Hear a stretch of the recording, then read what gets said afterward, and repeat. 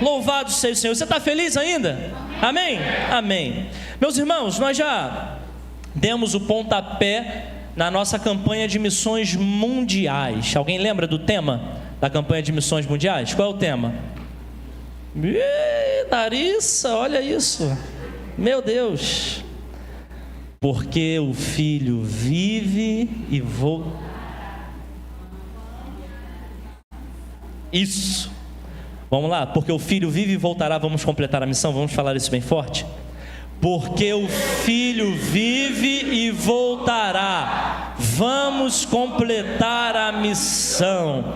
Nós abrimos a campanha de missões mundiais. E você está vendo um envelope aí. Se você deseja ofertar para a campanha de missões mundiais, você coloca a sua oferta nesse envelope e deposita aqui no nosso gasofilácio. Tá bom? Então nós já demos o pontapé a essa campanha. E eu confesso para a igreja que esse momento é sempre um momento de muita reflexão como igreja do Senhor. Nós, como igreja do Senhor, pensamos muito em missões. É sempre um momento de reflexão, porque nós pensamos sobre missões em si, pensamos em povos, pensamos em lugares, pessoas, famílias. Nos lembramos até mesmo de alguns povos que não foram alcançados ainda pelo Evangelho. E às vezes nós perguntamos: ainda existe em nosso tempo pessoas que não conhecem Jesus? Sim, ainda existe em nosso tempo, na era da tecnologia, pessoas que não conhecem Jesus Cristo. E quando nós falamos de missões, meus irmãos, é óbvio que nós costumamos falar de missões, automaticamente a nossa mente já pensa em quê? Enviar pessoas e sustentar pessoas. Quando nós falamos de missões, nós pensamos em envio e sustento. Mas antes de falar da missão, nessa manhã e nessa noite que teremos logo mais, e já fica um spoiler, nós vamos falar de como o mundo está. Nós precisamos entender a condição do mundo. A pergunta que deve nos incomodar é: em que condição as pessoas ao nosso redor estão diante de Deus? Você pode afirmar: eu e minha casa serviremos a Deus?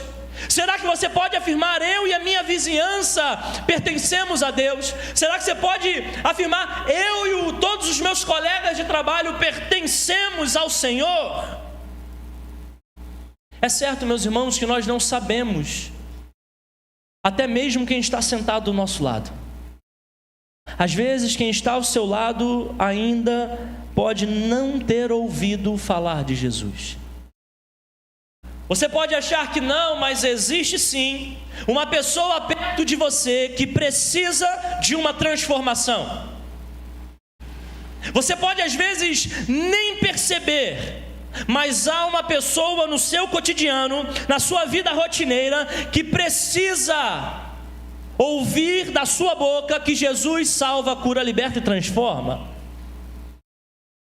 E nós sempre falamos que missões é urgente, falamos que esse assunto é urgente, falamos que evangelização é urgente, mas muitas vezes terceirizamos esse assunto. É bem verdade, meus irmãos, que missões é urgente, e missão é urgente porque temos a certeza de que Jesus voltará. Você crê nisso? Amém. Jesus voltará. E nesse dia da volta de Jesus não tem como você despertar para evangelizar alguém. Quando chegar o dia do Senhor, não tem como evangelizar ninguém. Sabemos, e a Bíblia nos ensina, que esse dia é um dia marcado pelo Pai. Nós sabemos, e a Bíblia nos ensina, que é um dia que vai interromper a história desse mundo. Nós sabemos que será um dia que não tem como saber quando. Nós sabemos que será um dia em que ninguém está esperando, e nós sabemos também que desse dia ninguém nesse mundo escapará. Todos irão passar por esse tempo. Por isso que falamos: se prepare, porque o Filho voltará e ninguém poderá evitar. Você já pensou nisso? Que Jesus vai voltar e ninguém poderá evitar. A palavra de Deus fala sobre esse dia. E nessa manhã, na primeira parte dessa mensagem, à noite complementaremos e traremos uma outra temática. Mas nessa manhã eu quero conversar e refletir com você sobre o tema: se prepare, porque o Filho voltará. Meus irmãos, precisamos estar preparados. Eu convido você a abrir a sua Bíblia na carta do apóstolo Paulo à igreja de Tessalônica, a primeira carta. Então é 1 Tessalonicenses 5, capítulo 5, os versículos 1, 2 e 3.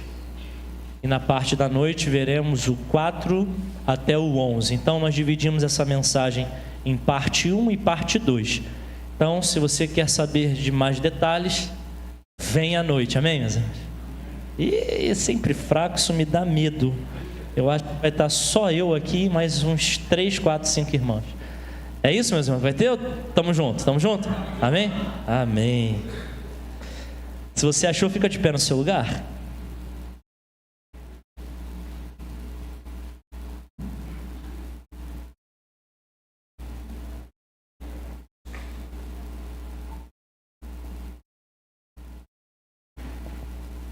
Diz assim a palavra do Senhor.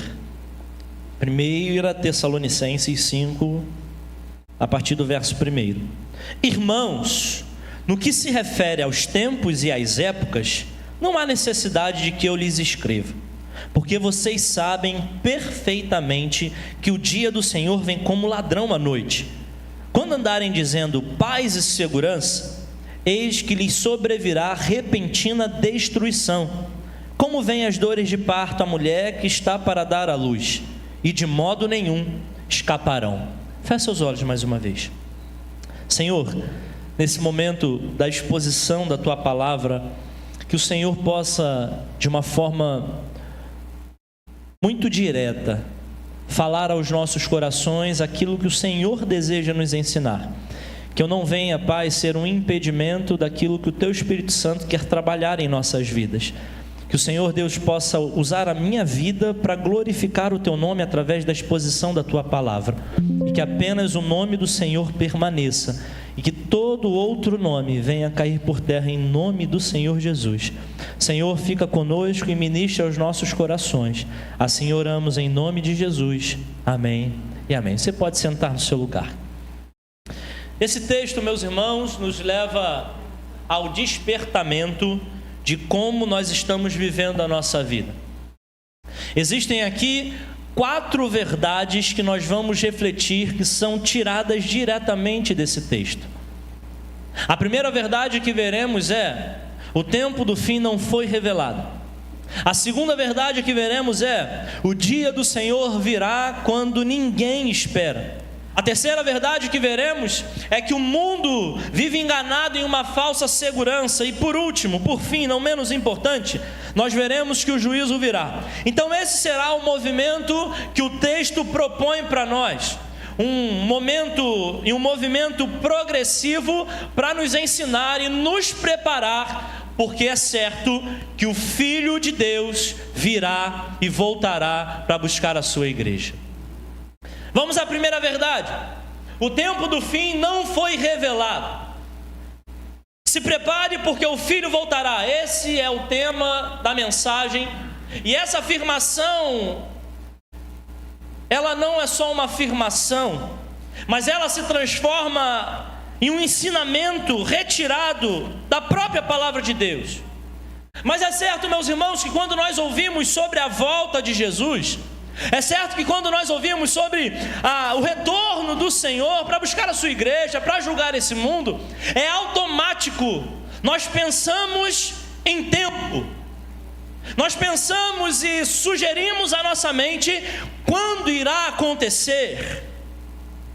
E essa pergunta, ela não é uma pergunta inédita. Essa pergunta, ela acompanha a história do povo de Deus. E é corrigindo justamente essa ideia, essa pergunta, essa mentalidade que o apóstolo Paulo está ensinando no verso 1 do capítulo 5. O apóstolo Paulo, meus irmãos, ele utiliza aqui nesse primeiro versículo palavras que devem nos chamar a atenção. Primeiro, ele fala de tempos e épocas. Então, automaticamente, sabemos que será um momento da história, e um momento decisivo e determinado por Deus. Já falamos outras vezes que não tem como a gente adivinhar que tempo será. O apóstolo Paulo, nesse primeiro verso, ele está sendo bem direto e dizendo que Deus não revelou o seu cronograma ao homem. Deus, ele não apresentou em sua palavra uma data pré-estabelecida sobre a volta de Jesus. E veja, meus irmãos, essa decisão de Deus não foi uma decisão por falta de poder, mas sim por sabedoria. Porque Deus sabe de todas as coisas, Ele conhece o seu coração, Ele conhece o meu coração. Nós devemos ter bem definido que Deus não escondeu o tempo para nos confundir de alguma coisa. Eu creio, meus irmãos, que Deus, Ele não tenha revelado o tempo para formar você e eu. Deus não revelou quando Ele virá para formar o nosso caráter, porque é certo, quando nós sabemos que se nós estamos fazendo alguma besteira, quando nós sabemos que alguém, uma autoridade vai chegar, o que automaticamente você faz? Se comporta. Eu me lembro que eu e minha irmã, nós vivíamos com muitos carinhos, né? Quem tem irmão aqui vivia assim, carinhosamente com os irmãos. E às vezes, meu pai e minha mãe trabalhando, eu e minha irmã, a gente se engalfinhava, a gente brigava, discutia, depois estava tudo bem. Mas eu me lembro de um fato, ela tinha mania de lavar a louça, e se eu fosse na cozinha ela me jogava água. Alguém já fez isso com seu irmão?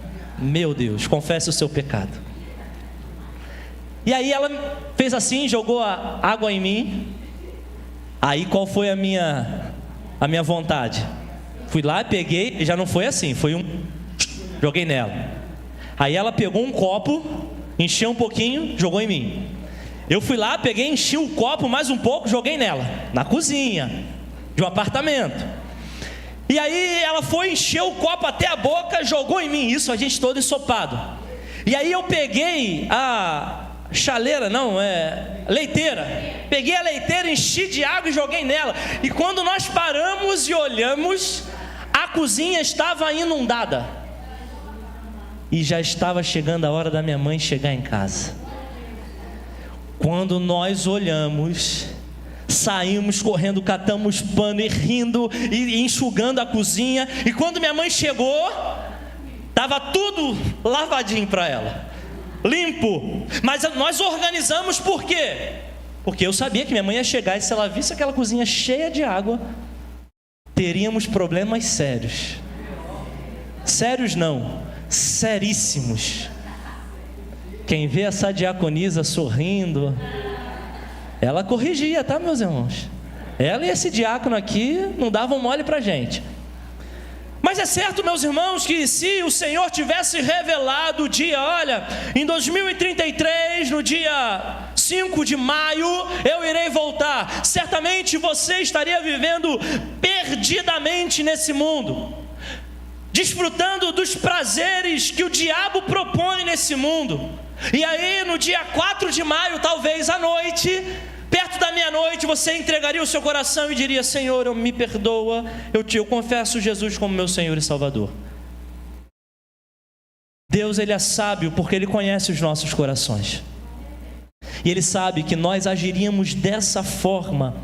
Então eu creio que Deus, Ele não determina isso porque Ele quer formar o seu coração. Ele quer formar você, discípulo de Jesus, todos os dias. Então nós devemos estar preparados todos os dias. Meus irmãos, nós temos um problema no nosso coração. Esse problema vem lá do Jardim do Éden, lá daquela queda da humanidade. Muitas vezes, meus irmãos, nós temos a vontade de ter o controle da nossa vida. Nós queremos controlar a vida que temos. Às vezes nem percebemos, mas sempre queremos ter o controle de tudo aquilo que vai acontecer com a gente. E talvez, se alguma coisa sair do nosso plano, a gente Eu não posso falar puxa os cabelos porque tem carecas. E eu estou ficando. Então eu tenho que lutar pela minha classe desde já. Mas a gente se estressa, fica chateado, algo mexe com o nosso coração. Meus irmãos, a pergunta sobre a volta de Jesus, ela caracteriza justamente esse anseio do nosso coração, de querer saber para se preparar para isso. E nós podemos ver essa realidade, meus irmãos, nos próprios discípulos de Jesus. Os próprios discípulos de Jesus, quando Jesus ele morre, ele ressuscita, os discípulos, quando tem um encontro com ele ali, Atos capítulo 1, vai tratar, os primeiros versículos, vai tratar sobre isso, mas no verso 6, os discípulos perguntam para Jesus: será este tempo, será agora, que o Senhor irá restaurar o reino de Israel? Que tudo irá ser consumado, que tudo terminará? E qual é a resposta de Jesus para os seus discípulos, meus irmãos? Não cabe a vocês conhecer tempos ou épocas que o Pai fixou pela sua própria autoridade. Jesus, carinhosamente, cuidadosamente, estava dizendo para os seus discípulos: não interessa a vocês. Não interessa a vocês, seus enxeridos. Vocês precisam se preparar e viver constantemente buscando a presença do Senhor. Então nós vemos ao longo da história, o homem, ele vive tentando calcular, meus irmãos, quando vai ser. Você já ouviu muitas teorias de que seria na virada do milênio, de que seria em outro tempo, que seria quando acontecesse isso, e é verdade, os sinais já estão claros, já estão apontando para a volta de Jesus. A palavra vem se cumprindo a cada dia e nós estamos percebendo, então a volta de Jesus está bem próxima. Mas todas essas tentativas de adivinhar a volta de Jesus fracassaram. E nós estamos aqui, pregando, falando e dizendo: o Filho vive e Ele vai voltar. E é por isso, meus irmãos, que devemos completar a missão. Devemos buscar pregar o Evangelho, falar de Jesus, porque não sabemos o dia ou a época, os tempos ou as épocas. Devemos pregar a palavra de Deus incessantemente. Agora vamos ser sinceros. Seja sincero com você. Para que você quer saber o dia exato da volta de Jesus? Qual é a intenção do nosso coração para saber dessa informação? A certeza que temos é que Jesus voltará. O Filho voltará. O tempo ou a época não nos interessa. Ele vai voltar. Então, se você está aqui nessa manhã e está esperando o dia certo para você entregar sua vida para Jesus, eu preciso dizer, você está atrasado no seu cronograma. Se você está esperando o momento certo para começar a viver o Evangelho de forma genuína, eu digo a você, você está atrasado. A palavra de Deus não nos informa quando Ele vai voltar, mas diz que Ele vai voltar. Não sabemos ao certo dia, sendo assim, devemos nos preparar, porque é certo que o Filho voltará. Deus não revelou o tempo da sua volta, mas cremos piamente que esse dia chegará. Se Deus não revelou o tempo, isso não quer dizer que seja irrelevante. É verdade, meus irmãos, que não sabemos quando vai acontecer, mas sabemos que vai acontecer. E o verso 2, e aí nós vamos avançar. O verso 2 vai nos ensinar que o dia do Senhor virá quando ninguém espera. É isso que a palavra de Deus vai dizer. O apóstolo Paulo, ele começa o verso 2 explicando, dizendo: porque vocês sabem perfeitamente. Meus irmãos, eles sabiam. Você sabe, eu sei. Até porque a volta de Jesus, ela é uma doutrina básica da fé cristã. Ela é uma doutrina básica do cristianismo. Só que o apóstolo Paulo, ele vai utilizar uma expressão forte que Jesus já tinha utilizado. O apóstolo Paulo vai dizer que o dia do Senhor vem como um ladrão à noite. O que significa isso? Uma outra vez nós falamos aqui, Jesus falando sobre isso, que virá como um ladrão, nós falamos que Jesus não estava dizendo que ele vai vir roubar. Nós sabemos disso, amém, meus irmãos? Isso é muito claro, né? Mas ele vem como ladrão. E quais são as características de um ladrão que deseja roubar alguém? Meus irmãos, ele marca horário. Ó, Capitão Teixeira, 3h23. Você passa ali que eu vou te assaltar. Até porque, se ele faz isso, o que você faz? Eu vou por outro lugar. Eu entro na Eunápio Deiró e dou a volta.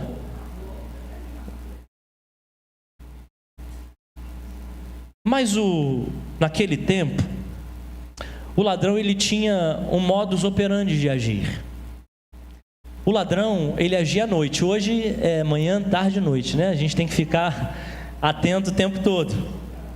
Mas naquele tempo, o ladrão vinha à noite para roubar as casas. Até porque as casas eram mais frágeis e o ladrão vinha nessa hora para roubar as casas. Então, naquele tempo, à noite, as pessoas estavam dormindo. E, automaticamente, uma vizinhança tranquila, uma sensação de segurança. E o texto quer nos levar justamente a essa ideia. Veja, meus irmãos, não é só a surpresa do ladrão, mas é também a condição de quem está sofrendo a ação do ladrão. O que Jesus está querendo dizer olha, o que o apóstolo Paulo está querendo dizer aqui sobre a volta de Jesus olha, eu vou voltar. E a minha volta será como ladrão. Você não vai saber, eu não vou marcar dia, você não vai estar esperando, é inesperada. E nós estamos aqui, sabemos que ele vai voltar. Então com isso ele está querendo nos ensinar que devemos nos preparar. Porque a volta do Senhor é como um ladrão, é inesperada, e não podemos estar dormindo. Meus irmãos, uma pessoa foi dormir tranquila, fechou a sua casa, fechou o seu portão, trabalhou ali, soltou os seus cachorros, deixou ali e foi dormir com uma sensação de segurança. O ambiente é um ambiente tranquilo, o lugar onde ela mora nunca aconteceu nada de perigoso, e aí ela está lá na sua casa e dorme. Dormiu. Mas durante a madrugada, esse lugar que era muito tranquilo, era um lugar aparentemente estável, é invadido pelo ladrão.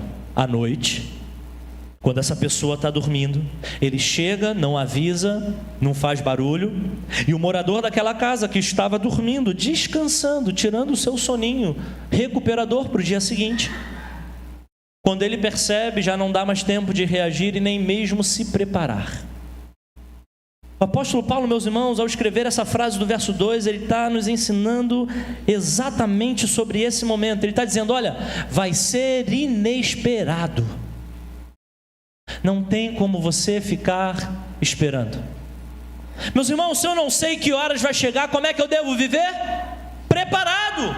O tempo todo ligado, Jesus vai voltar, Jesus vai voltar, Jesus vai voltar, Jesus vai voltar. A questão, meus irmãos, é que muita gente vive a sua vida como se tivesse o controle dela. Nós ouvimos muitas pessoas falarem, meus irmãos, e como isso machuca e é triste. Quando eu quiser eu vou para Jesus.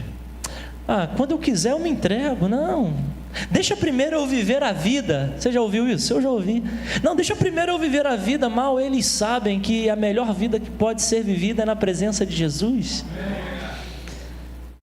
Mas o texto está dizendo que não haverá esse momento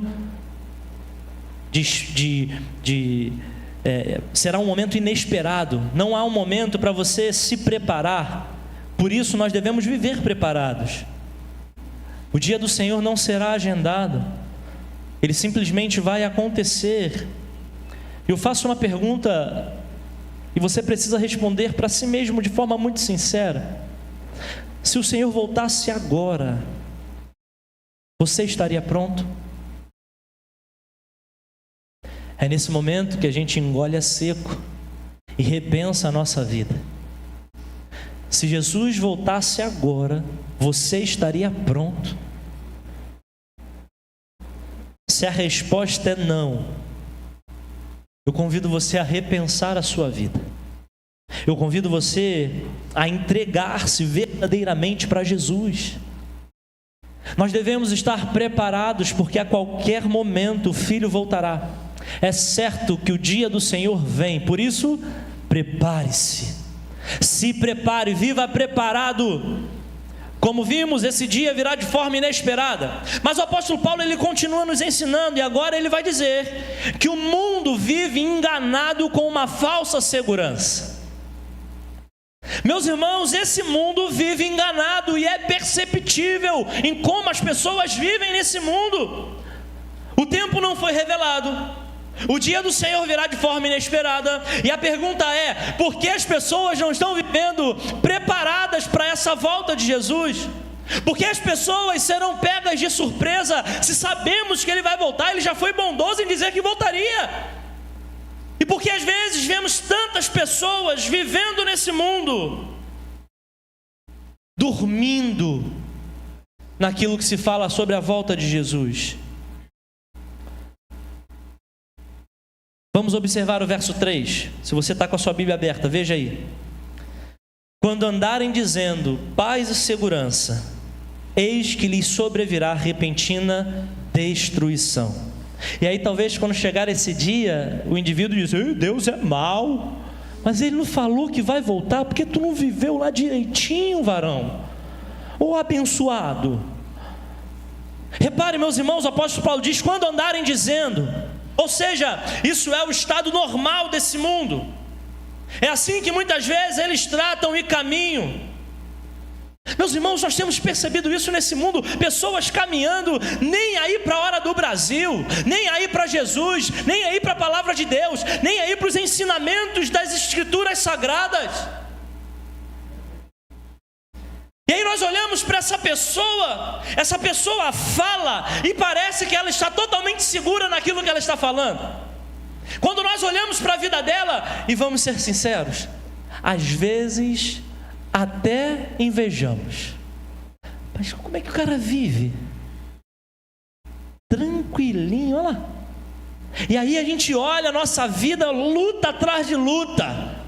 E o abençoado que não quer saber nada de Jesus está lá, curtindo a vida, aproveitando o dinheiro adoidado, curtindo, e você está, ó, meu Deus, essa luta, e puxa a conta daqui, paga um boleto, pede para Deus providenciar o próximo boleto para você conseguir pagar, e você vai puxando, vai fazendo, vai se apertando, e alguém aparece doente, você tem que comprar remédio, você tem que estar próximo cuidando da pessoa, tem que ir no médico, e aí você vai vendo tantas questões e fala assim: meu Deus, como é que pode alguém viver nesse mundo assim? Esse mundo, aparentemente, ele pode estar tranquilo, essa pessoa que vive nesse mundo. Mas o apóstolo Paulo, ele vai usar uma expressão muito forte com duas palavras centrais. Ele vai dizer paz e segurança. Pessoas que querem viver assim. Mas o ponto central, meus irmãos, é que a paz e a segurança, elas não são uma realidade da pessoa, porque é uma segurança e uma paz falsa. Jesus, ele contou uma parábola exatamente que expõe essa verdade. No final do capítulo 7, ali no Sermão do Monte, Jesus, ele conclui tudo a respeito daquilo que ele tinha pregado. E ele vai finalizar: olha, existe um homem que construiu a sua casa sobre a areia. Casa bem estruturada, muito bonita. Por mais que Jesus estivesse aplicando essa ilustração ao Sermão do Monte, nós podemos pegar emprestado e fazer uma aplicação à nossa realidade hoje. Imagina, meus irmãos, um homem construir uma bela de uma casa na areia. Constrói, e hoje nós temos o irmão Gerson aqui, depois de alguns dias fora. Nada melhor do que o irmão Gerson para falar de construção. E ele constrói a casa com boa estrutura, com bons quartos, com bons equipamentos dentro do quarto, uma casa de alta tecnologia, que da igreja você liga o ar-condicionado da sua casa. Ao chegar você faz uma programação, e quando você bota o pé na casa, tudo se acende. Você diz: Alexa, ela te responde, e aí você se pega conversando com aquele negócio. Alexa, diga as notícias de hoje. E aí ela vai falando. Então esse homem constrói uma casa com a mais alta tecnologia, mas ele constrói essa casa onde? Na areia. Essa casa tem firmeza, gente? Não! E o texto bíblico, óbvio, não vai falar que tinha essa tecnologia. Isso é um acréscimo meu, para que a gente possa entender como a construção da casa. Mas o texto bíblico vai falar que essa casa construída em cima da areia, com toda a estrutura, ela, num tempo de estabilidade, ela permaneceu intacta. Mas o texto vai dizer que quando chegou uma tempestade, quando os ventos bateram, essa casa desmoronou. Perceba, o problema não apareceu enquanto ela estava sendo construída, mas o problema aparece quando vem a tempestade. Esse é o retrato desse mundo, e infelizmente também de muitos que só frequentam a igreja. Pessoas que pela tranquilidade da vida acreditam que vivem em paz e segurança. É verdade, meu irmão, que você pode estar em falsa paz e vivendo totalmente perdido nesse mundo. É verdade que você pode ter uma falsa sensação de segurança e com isso estar totalmente condenado nesse mundo. Nós temos que aprender que um sentimento não é salvação. Sentir não é salvação. E é uma grande tragédia viver em perigo achando que está seguro. Em que a sua segurança está baseada? É na sua moral? É na sua religiosidade? É na sua rotina? É nos seus pais, nos seus avós? Será que a sua segurança está baseada no seu emprego? Em que a sua segurança está baseada? Se a segurança da sua vida não for Cristo, você está vivendo em perigo achando que está salvo. Eu quero continuar te alertando, e a parte B do verso 3 vai dizer que o juízo virá. Relembrando, o tempo não foi revelado, o dia do Senhor virá inesperadamente, o mundo vive em falsa paz e segurança, e agora o texto vai nos mostrar que o juízo virá. O que vai acontecer quando o dia do Senhor chegar? É exatamente sobre isso que nós vamos refletir. A parte B do verso 3 vai dizer: eis que lhes sobrevirá repentina destruição, como vem as dores de parto à mulher que está para dar à luz, e de modo nenhum escaparão. Não haverá escape. Todos irão passar por esse momento. Mas observe nesse pequeno trechinho a força das palavras. Sobrevirá repentina destruição, e de modo nenhum escaparão. Meus irmãos, o apóstolo Paulo, ele não suaviza a informação do juízo final. Ele vai dizer que será um tempo brabo. Mulheres, cadê as mulheres? Amém? Mulheres, as que tiveram um filho com dores de parto, é tranquilo? Dizem que é a pior dor do mundo. Isso porque nunca viram um homem com dor de cabeça. Porque para o homem a dor de cabeça é a pior dor do mundo. É assim que o apóstolo Paulo vai correlacionar. Olha, o tempo vai ser um tempo como uma mulher com dores de parto. Veja, meus irmãos, o apóstolo Paulo, ele não está tratando de uma possibilidade. O apóstolo Paulo não está dizendo, não, talvez seja assim. O apóstolo Paulo está dando certeza. O apóstolo Paulo não está dizendo, não, talvez aconteça isso, meus irmãos de Tessalônica. Não, o apóstolo Paulo está afirmando que é assim que vai acontecer. E quando acontecer será rápido, não terá tempo. Não haverá negociação e nenhuma segunda chance. Não, Senhor, está aqui, o Senhor voltou, mas por favor, eu prometo. Promete o quê? No inferno você vai ser bonzinho? A chance é agora. A chance é agora. E nós vivemos em um tempo, meus irmãos, de procrastinação. É tudo para depois. Não, daqui a pouco eu faço.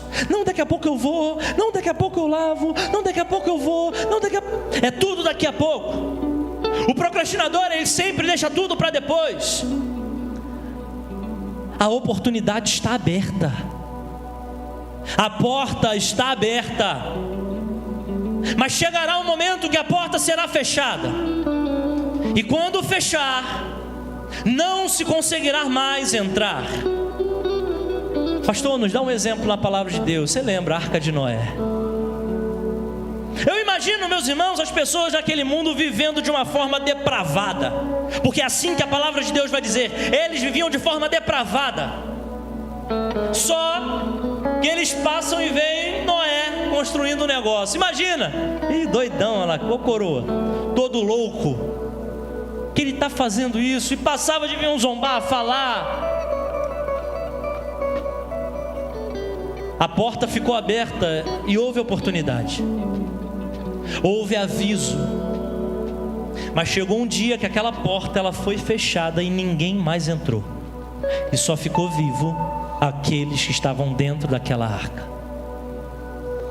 E você imagina como deve ter sido a sensação quando a porta se fecha?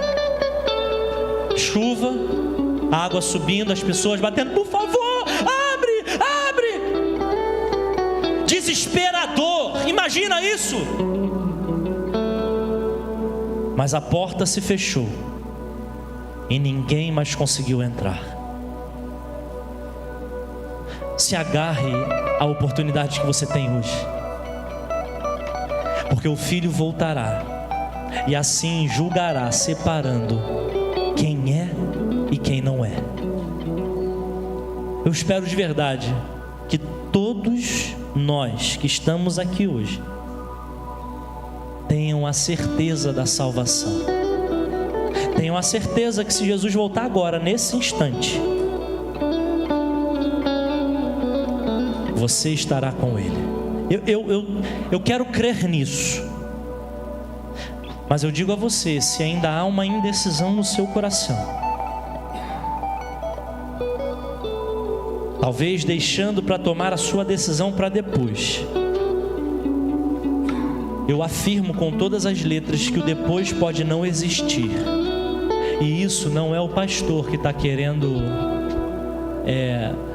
jogar você no inferno, não. Eu estou avisando, se prepare, porque o Filho voltará. Faça uma autorreflexão. Se hoje fosse o seu último dia, onde você passaria a eternidade? No céu ou no inferno? Veja, não é aquilo que você acha, é aquilo que a palavra de Deus nos ensina. Onde você passará a eternidade? Se prepare, porque o Filho voltará e com isso o juízo virá. Convido você a fechar os seus olhos nessa hora. Jesus, ele já veio como Salvador desse mundo. Deus providenciou isso. Por amor a você e a mim, Deus providenciou o Salvador desse mundo. Mas a palavra vai dizer que ele agora, no dia do Senhor, ele irá julgar. Haverá julgamento. Eu quero dizer algo para você com muito carinho. Venha para Jesus enquanto há tempo. Venha para Jesus enquanto ainda há tempo. Essa manhã você precisa sair daqui decidido. Você precisa sair daqui reconhecendo Jesus como Senhor e Salvador da sua vida. Porque caso contrário, se o dia chegar para você hoje, o seu destino será o inferno. Pastor, você está julgando? Não, a palavra de Deus me ampara. Se você não confessar Jesus como seu Senhor e Salvador, o inferno é o seu destino. Pastor, eu quero ir para o céu, eu quero a eternidade, quero vida eterna. O que eu faço? Primeiro, reconheça que você é pecador. Segundo, abandone a vida de pecado. Não é só reconhecer que está no erro, não. É necessário abandonar a vida de pecado. E depois, confesse a Jesus Cristo como Senhor e Salvador da sua vida. Não endureça seu coração, não. Se entregue para Jesus agora. Você tem essa oportunidade. Responda ao chamado do Senhor hoje. Ele está te convidando, está dizendo: olha, entrega a sua vida para mim. Há alguém nessa manhã que deseja entregar a sua vida para Jesus, reconhecendo que é pecador e que Jesus é o Senhor e Salvador da sua vida? Faz um sinal com a sua mão se você deseja entregar a sua vida para Jesus. Alguém que ainda não tenha feito essa decisão e deseja fazer nessa manhã, levanta a sua mão bem alto e diz assim: eu quero entregar minha vida para Jesus. Alguém, você tem a oportunidade de entregar sua vida para Jesus, reconhecendo quem você é, mas também reconhecendo quem Ele é na sua vida e aquilo que Ele pode fazer. E o Senhor, Jesus Cristo, Ele deve ser o dono, o governador, o Senhor da nossa vida e também o Salvador dela. Alguém que deseja entregar a vida para Jesus, levanta a mão bem alto, quero orar por você. Não? Mas eu também quero chamar a sua atenção. Então eu creio que se ninguém deseja entregar a sua vida para Jesus, todo mundo aqui tem Jesus no coração. Eu creio nisso.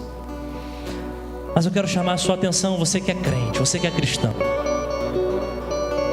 Nós ouvimos muito aquilo que muitas vezes o mundo não ouve.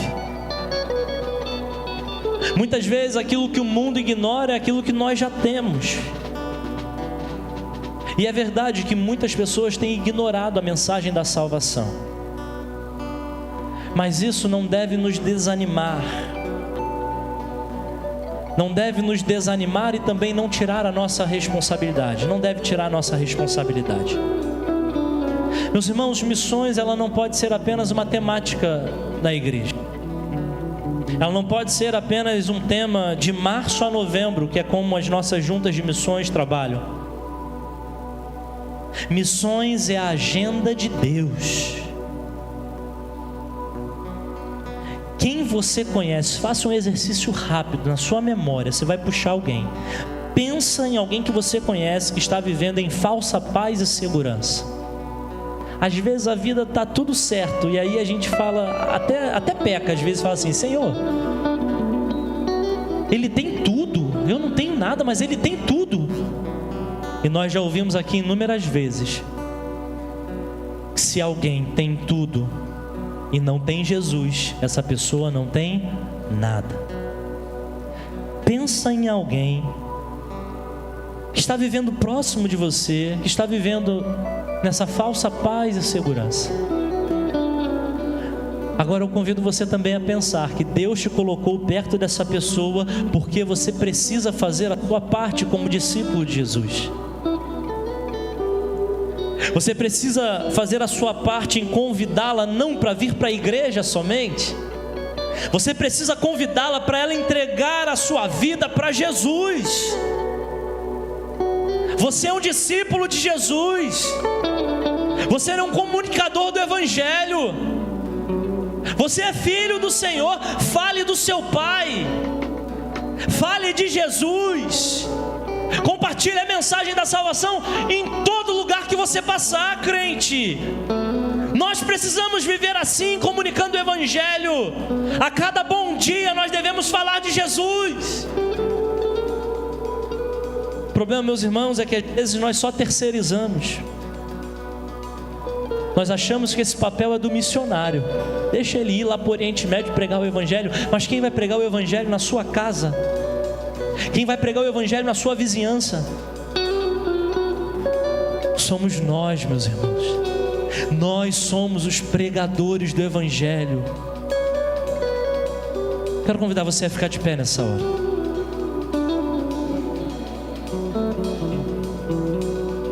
Nesse momento, quero convidar você a fazer um compromisso. Não um compromisso comigo. No domingo passado, no culto administrativo, eu falei sobre isso.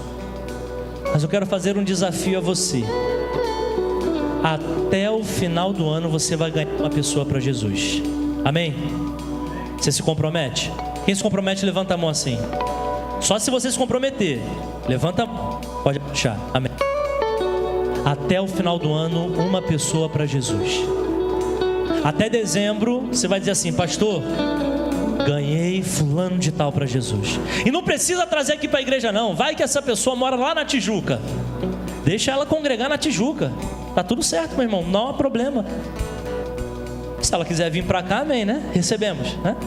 Mas se ela quiser congregar no Tijuca, amém. Mas você vai dizer: pastor, falei de Jesus para ela, discipulei, cuidei dela, ela entregou a vida para Jesus. Louvado seja o nome do Senhor. O Evangelho, a igreja de Cristo está crescendo. E é isso que importa. Não é só a nossa igreja local, mas é a igreja de Jesus.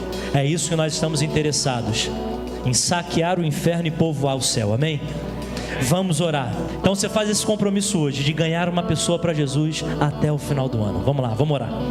Senhor, nós te louvamos, te agradecemos e engrandecemos o nome do Senhor. Reconhecemos que o Senhor é sábio, poderoso, é maravilhoso. O Senhor providenciou a nossa salvação e nós te agradecemos por isso. Reconhecemos e sabemos que não somos merecedores, mas reconhecemos que mesmo assim o Senhor, pela sua graça e misericórdia, derramou o seu Filho Jesus sobre as nossas vidas, entregando Ele na cruz do Calvário para morrer no nosso lugar. Obrigado, Pai. Mas também queremos louvar pela entrega de Jesus. Obrigado, Senhor. Obrigado por ter se entregado em nosso lugar. Imaginamos como deve ter sido difícil, dolorido, mas o Senhor morreu por cada um de nós e nós te agradecemos por isso. E obrigado também por deixar em nós uma marca, o Espírito Santo, um selo. Somos selados, é assim que a palavra de Deus vai dizer. Somos selados pelo Espírito Santo. Obrigado por isso, que nós nos sentimos empoderados pelo Espírito Santo.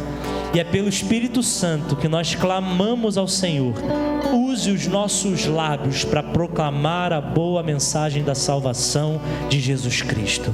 Usa as nossas vidas para proclamar o Evangelho e ganhar pelo menos, Senhor, uma pessoa para Jesus até o final desse ano.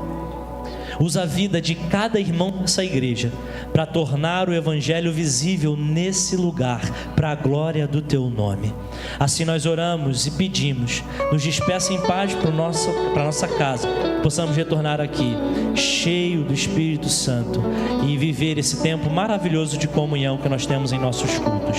Louvamos o Teu nome, te engrandecemos, reconhecemos que é tudo pelo Senhor e oramos assim em nome de Jesus. E que o amor de Deus, o nosso Pai, a graça do nosso Salvador Jesus Cristo e a comunhão do nosso Consolador, o Espírito Santo de Deus, esteja com todos hoje e para sempre. Amém.